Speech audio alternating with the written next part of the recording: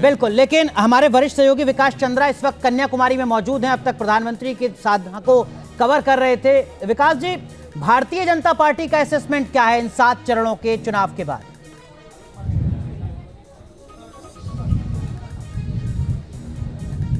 देखिए, भारतीय जनता पार्टी का असेसमेंट है। भारतीय जनता पार्टी के नेताओं से थोड़ी देर पहले कुछ नेताओं से मेरी बात हुई है, तो उनका कहना है कि 2019 में जितनी सीटें आई थी पार्टी उससे आगे बढ़ रही है, यानी हम 19 के रिकॉर्ड को तोड़ने जा रहे हैं। वो इसे ये कह सकते हैं कि ये दावा है। कोई भी राजनीतिक दल या कोई भी प्रत्याशी ये नहीं कहता है कि वो हारने जा रहा है या उसकी सीटें कम होने जा रही हैं। लेकिन हाँ, जो बीजेपी के रणनीतिकार हैं वो इस बात को जरूर स्वीकार कर रहे हैं कि 2019 में जो स्थिति थी, प्रधानमंत्री नरेंद्र मोदी को लेकर के जो लहर था, वो लहर कम से कम पूर्वी उत्तर प्रदेश में, बिहार में, बंगाल में वो बहुत ज़्यादा दिखाई नहीं दिया। जातीय समीकरण और जातीय संघर्ष ज़्यादा दिखाई दिया।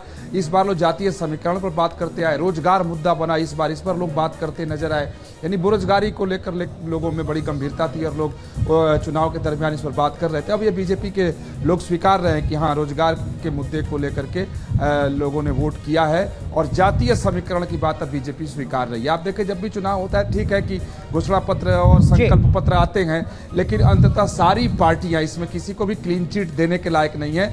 टिकट का बंटवारा भी जातीय आधार पे करती हैं, अभियान भी उनका अपने हिसाब से चलता है। जिसके खांचे में जो सेट करे, बीजेपी को अगर राम मंदिर दे रहा है तो वो ठीक है, अगर उनको इंडिया गठबंधन को मुस्लिम आरक्षण से अगर लाभ मिल रहा है तो वो कर रहा है। तो यह कोई किसी को आरोप नहीं लगा सकता, कोई किसी को कटघरे में खड़ा नहीं कर सकता। कुल मिलाकर शुद्ध रूप में अगर कहें, पूरे चुनाव को अगर देखें तो सभी पार्टियों ने जमकर झूठ बोला, इतना नहीं कहा जा सकता। ठीक है, एक अनुभवी रिपोर्टर का विश्लेषण है जो विकास जी कह रहे हैं। लेकिन उत्कर्ष, बिहार में भारतीय जनता पार्टी ने अपने गठबंधन के कुनबे को थोड़ा बड़ा किया। जो सहयोगी नाराज होकर चले गए थे उनको दोबारा अपने साथ जोड़ा।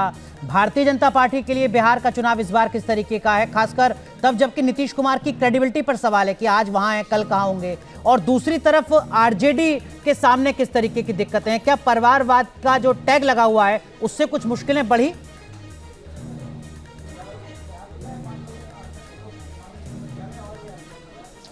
और बिल्कुल देखिए, जहां तक बात आरजेडी की होती है तो आरजेडी के पास खोने के लिए कुछ नहीं, क्योंकि इससे पहले 2019 की बात की जाए तो एक भी सांसद लोकसभा में आरजेडी के पास नहीं थे।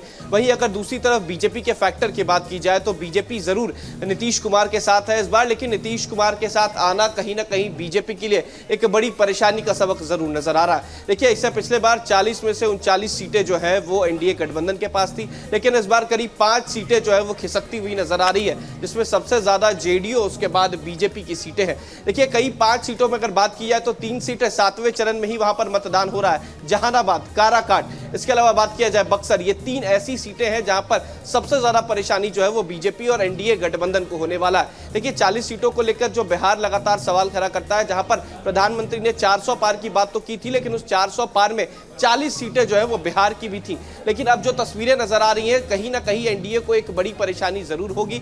35 सीटों पर अमूमन ये अंदाज लगाया जा रहा है कि 35 सीटों से ज्यादा एनडीए गठबंधन को नहीं मिलेगा। वहीं तेजस्वी यादव का इस बार खाता खुलते नजर आ रहा है और सबसे ज्यादा परफॉर्मेंस अगर बात की जाए तो निर्दलीय प्रत्याशी नजर आ रहे हैं। या तो पूर्णिया में पप्पू यादव की बात की जाए, इसके अलावा काराकाट में पवन सिंह की बात की जाए, तो कहीं ना कहीं निर्दलीय फैक्टर भी इस बार बिहार में, हालांकि तेजस्वी यादव ने अपने प्रचार से प्रभावित जरूर किया है, कहीं ना कहीं इस बार एक बड़ी परेशानी। 250 से ज्यादा चुनावी रैलियां की हैं तेजस्वी यादव ने, तब जबकि वो लगातार अस्वस्थ भी नजर आ रहे थे। लेकिन राहुल सर, भारतीय जनता पार्टी के लिए इन 7 चरणों के बीच में क्या कुछ सबसे बड़ी चुनौती आपको नजर आती है? सर, पहला ऑप्शन तो ये कि मध्य प्रदेश, गुजरात, राजस्थान, दिल्ली जैसे राज्य जहां पर खाता नहीं खुल रहा था किसी का या एक आध सीट मिल रही थी, उस मोमेंटम को बरकरार रखना ये बड़ी चुनौती है।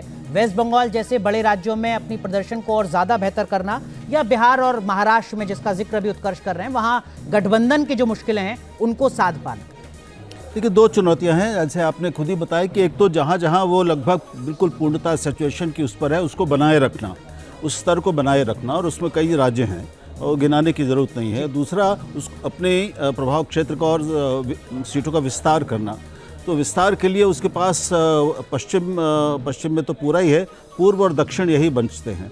तो उसको जो उम्मीदें इस बार हैं और जो चुनौती उसके लिए थी कि क्या वो दक्षिण के दुर्ग को कर्नाटक के अलावा भेद पाएगी, कुछ नए प्रदेशों में इतना एक प्रभावशाली विस्तार कर पाएगी, उसकी उम्मीदें उड़ीसा से काफ़ी ज़्यादा हैं, आंध्र प्रदेश में उसको उम्मीदें हैं और तेलंगाना में उसको उम्मीदें हैं।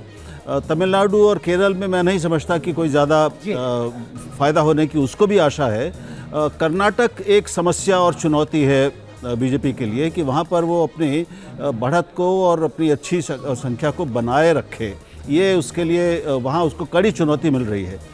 तेलंगाना में भी आसान नहीं होगा, लेकिन फिर भी उसको पिछले इतिहास को देखते हुए वहाँ उसको कुछ फ़ायदे की उम्मीद हो सकती है। बंगाल दूसरा एक बहुत चुनौतीपूर्ण राज्य है जहाँ पर बहुत ज़्यादा कड़ी टक्कर है और कोई भी शायद ये कहने की स्थिति में नहीं है पक्के तौर पर कि वहाँ पर किसको फ़ायदा कितना होगा जी। तो कुछ सीटें वहाँ घट बढ़ सकती हैं, बढ़ भी सकती हैं बीजेपी की। ठीक है। तो ये तीसरा, हरियाणा में एक चुनौती उसके सामने है, वहाँ भी पूरी 10 के 10 में उसके लिए जो चुनौती मिल रही है वो कई सीटों पर है और वो कड़ी चुनौती है। अमिताभ जी, आपको भी लगता है जो बात राहुल सर कह रहे हैं, खासकर उत्तर भारत में भारतीय जनता पार्टी 14 और 19 के प्रदर्शन को बरकरार रख ले, ये सबसे बड़ी चुनौती है?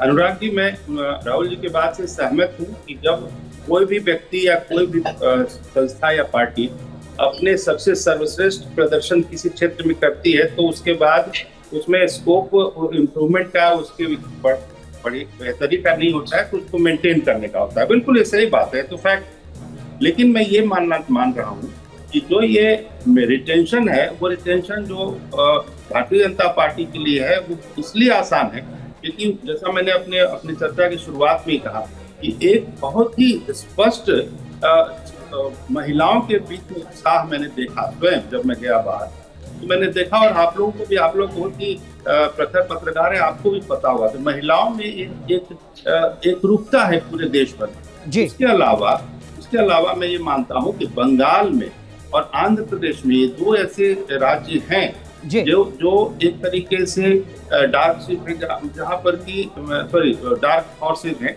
जहाँ पर की एकाएक भारतीय जनता पार्टी ने को बहुत ही विशिष्ट प्रदर्शन की उम्मीद भी है और मुझे ऐसा लगता है वहाँ होगा क्योंकि आंध्र प्रदेश में पहली बार दोबारा टीडीपी के साथ वहाँ पर चुनाव समझौता हुआ। बंगाल में तो महिला मतदाताओं का जिक्र कर रहे हैं अमिताभ जी। डॉक्टर वर्मा, मैं आपसे भी समझूंगा इस बात को, लेकिन उससे पहले चंडीगढ़ चलते हैं। हमारे सहयोगी अंकुश महाजन हमारे साथ जुड़ चुके हैं। अंकुश, अभी पंजाब और हरियाणा का जिक्र यहाँ पर राहुल सर कर रहे थे।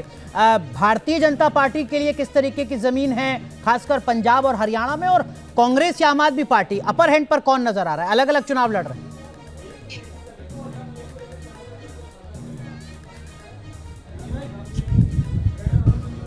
जिक्र करना चाहूंगा, जहां तक आपने भाजपा का सवाल किया तो भाजपा के लिए पंजाब में खोने के लिए कुछ नहीं है बल्कि हर चीज़ गेन करने के लिए। और इस बार जो उम्मीद जताई जा रही है कि भाजपा 2 से 3 सीटों पर जो है वो जीत हासिल कर सकती है। एक कड़ी टक्कर जो है भाजपा आम आदमी पार्टी को देती हुई नजर आ रही है, एक सीट पर कांग्रेस को देती नजर आ रही है। तो वही अगर हरियाणा की बात कीजिए तो हरियाणा में जरूर भाजपा को कुछ नुकसान साफ दिखाई दे रहा है, क्योंकि किसान आंदोलन का एक बड़ा फैक्टर जो है वो भाजपा के अगेंस्ट गया है। और जिस तरीके से 2.0 जो किसान आंदोलन जो आया है वो भी एक बड़ा फैक्टर है, उसने कुछ कहीं ना कहीं जो है एक चोट जो है हरियाणा बीजेपी के ऊपर मारी है। तो वही एंटी इनकम्बेंसी, 10 साल की जो एंटी इनकम्बेंसी है वो एक बड़ा फैक्टर है। तो हरियाणा में कहीं ना कहीं भाजपा को नुकसान होता हुआ नजर आ रहा है।